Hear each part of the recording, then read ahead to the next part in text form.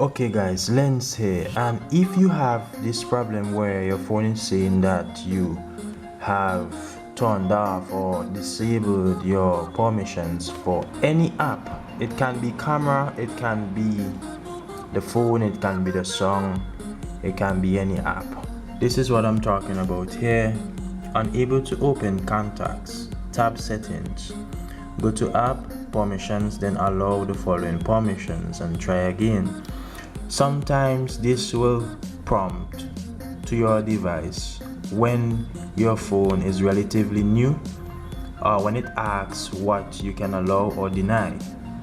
To fix this issue, we need to go to permissions here, and you can see here that location is turned off, the phone is turned off, but we need the phone in order to access the contacts, and also we will need the storage in order to access our contacts in terms of our friends and so forth in contacts.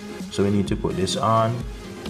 You can see here that I'm into contacts now. So if you have that issue where it is saying that you need permission, you need to go into your app settings, as you can allow which feature you would like to be shown, put on the necessary options for permissions. When your phone is new or you have just performed a reset or something like that, your device will ask you these questions, and you don't want to hit deny and you don't want to hit don't ask me again.